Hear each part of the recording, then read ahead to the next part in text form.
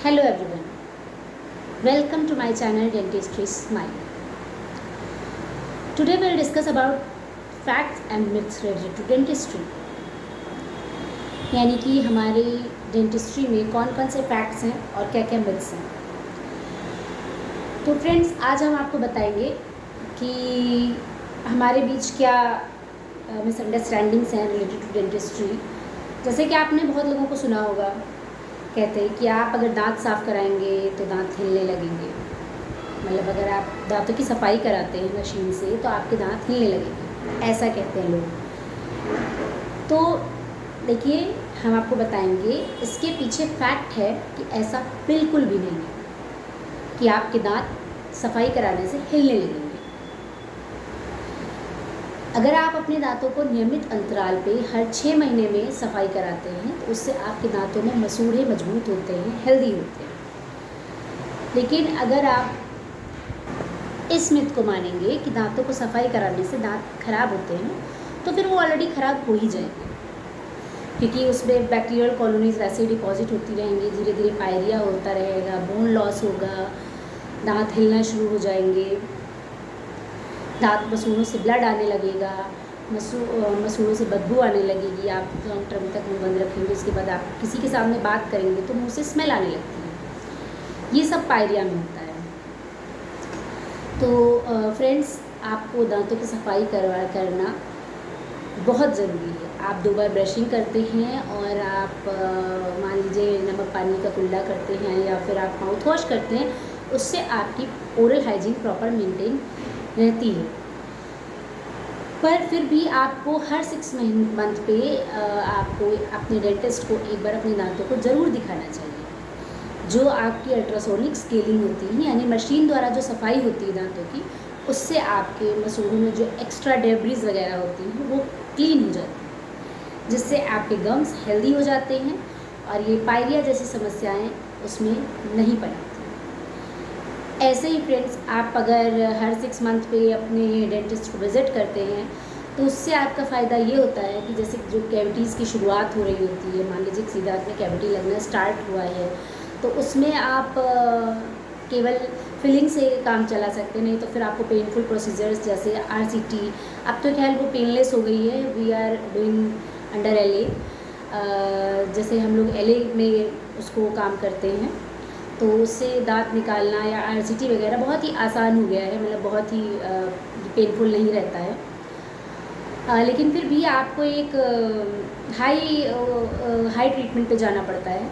अगर आप पर 6 मंथ में विज़िट करते हैं अपने डेंटिस्ट को तो उससे आपको सबसे बड़ा एडवांटेज ये है कि आपको गम्स में प्रॉब्लम नहीं होगी, टीथ पे प्रॉब्लम नहीं होगी. इससे ये रहेगा कि आपके टाइम पे दांतों की केयर हो जाएगी, देख रेख हो जाएगी कि क्या प्रॉब्लम हो रही है. उसका अर्ली स्टेज में आपकी किसी भी दांत की बीमारी का प्रिवेंशन हो सकेगा. तो ऐसे ही आपने सुना होगा, बहुत से लोगों को कहते हैं, अब सेकंड नंबर पे आते हैं, बहुत से लोगों को आपने कहते हुए सुना होगा कि दांत निकलवाने से आंखें कमज़ोर हो जाती हैं.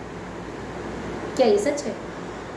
नहीं, ऐसा बिल्कुल भी सच नहीं. दांत निकलवाने से आँख कैसे कमज़ोर हो जाएगी? दांत हमारे ये हैं, आंखें हमारी यहाँ पे हैं, तो दांत निकालने से आँखों पे कैसे इफेक्ट होगा? देखिए, दांत निकालने से आँखों पे कोई इफेक्ट नहीं होता. अगर हम आपका एक दांत निकालते हैं, अगर उसका बगल वाला दांत नहीं हिलता है तो ऊपर आँख इतनी दूर है वो कैसे हिल जाएगी या कोई प्रॉब्लम आएगी इसमें? ये बिल्कुल मिथ है. अगर किसी दांत में मैंडेटरी है कि उसको निकालना ही है तो आपको उस दांत को निकलवाना पड़ेगा.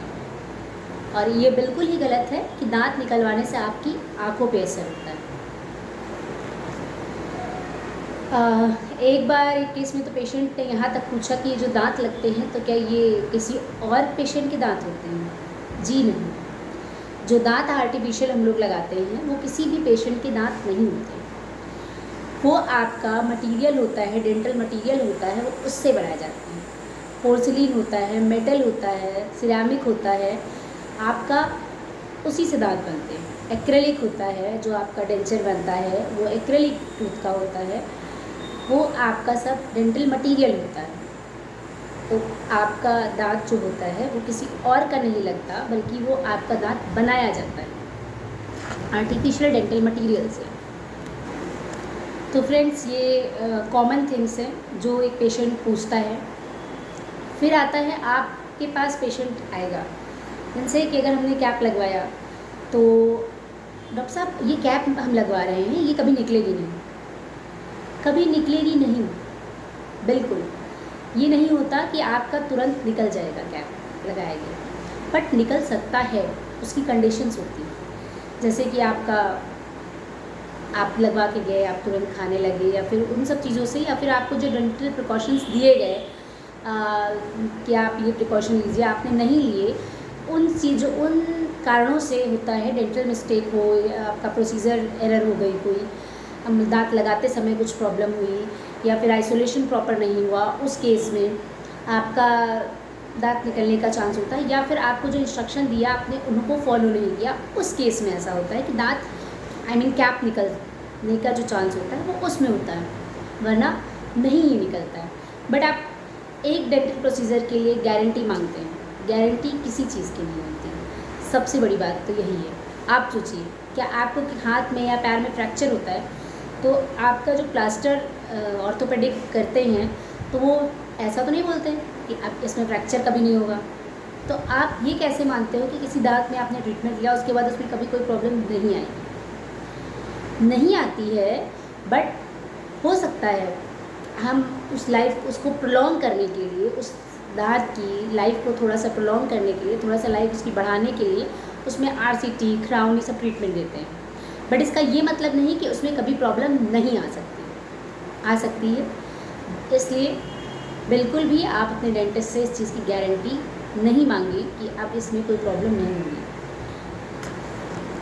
तो फ्रेंड्स, ये जनरल इन्फॉर्मेशन थी, facts and myths related to dentistry. Thanks for watching. Please like, share and subscribe my channel. Thank you.